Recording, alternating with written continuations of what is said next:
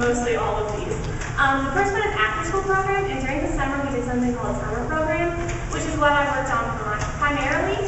And what we did is we just went out to apartment complexes and did apartment ministry, which was really amazing. And I really got to reach out to people a lot and really love on kids and spend two and a half amazing months with some of the best kids in the entire world. And I remember one of my kids, his name was Jeffrey.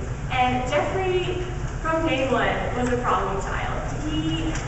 He had a big heart, and you knew that he wasn't getting the love he needed at home. And he was just so sweet, but he caused problems. And the more I was just like, why won't he listen? He's just so disobedient. I just couldn't get him to listen to me. And then one day I was at 4 o'clock meeting, which is kind of our service that we have it on Sunday afternoons. And I was just thinking to myself, we are like that with God. We're like, God's like, why are you being so disobedient?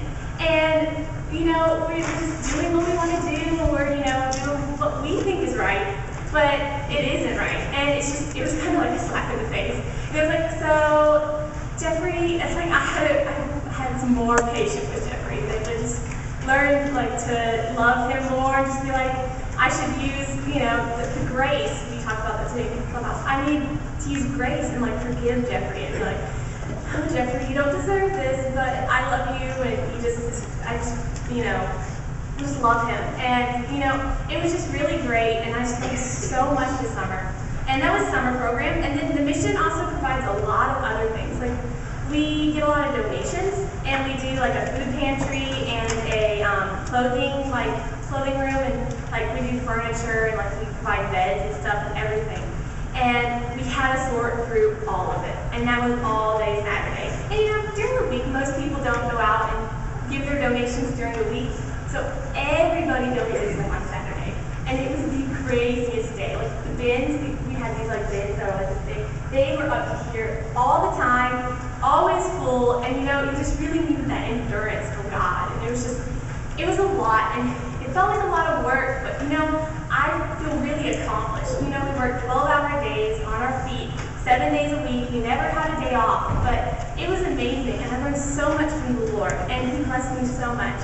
And I'm actually going back for Christmas, which is funny, because on my way home, I was thinking, how am I going to get back to Texas? It's $400, and I don't know how I'm going to do that.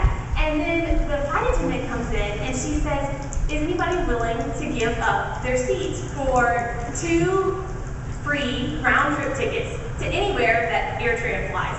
And I was like, this is my opportunity. So I was like, I'll do it. So I was supposed to leave at 1 o'clock, but I ended up leaving at 7 o'clock, so I spent 7 hours in the airport. But I actually ended up getting 3 free round-trip tickets and a free meal in the airport. And so I'm going back to Texas. That's pretty awesome. And I'm just really excited.